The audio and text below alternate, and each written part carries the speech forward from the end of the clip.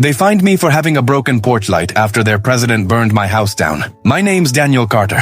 I used to live in a quiet cul-de-sac called Maple Creek Estates, one of those upscale HOA neighborhoods where people measure worth by grass height. I was the odd one out. My yard wasn't perfect, my truck wasn't new, but it was mine. Then came Linda, the HOA president, who thought power came with a clipboard. At first, it was small stuff. A note about trash cans visible from the street. Then another about my non-standard mailbox, which was just a mailbox. It didn't stop there. She fined me nearly $300 for leaving my Christmas lights up a week too long. I thought it'd blow over, but Linda wasn't the forgiving type. One evening, I came home to find my front lawn taped off. My house was in flames. Everything, my photos, my dog's ashes, my late wife's guitar gone.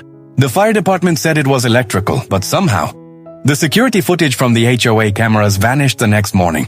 That's when I decided if the HOA loved paperwork, I'd give them paperwork. I filed a public records request citing the HOA's own bylaws.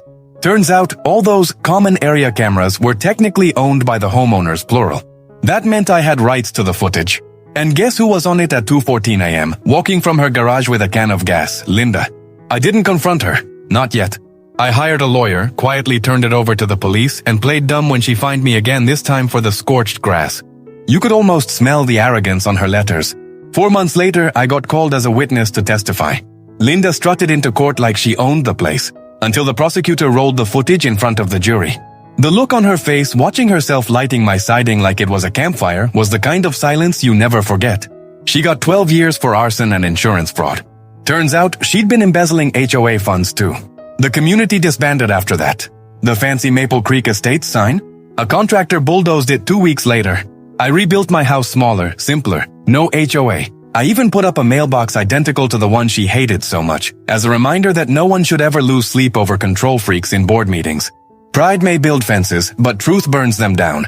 Then share your thoughts in the comments, but no one liked or subscribed.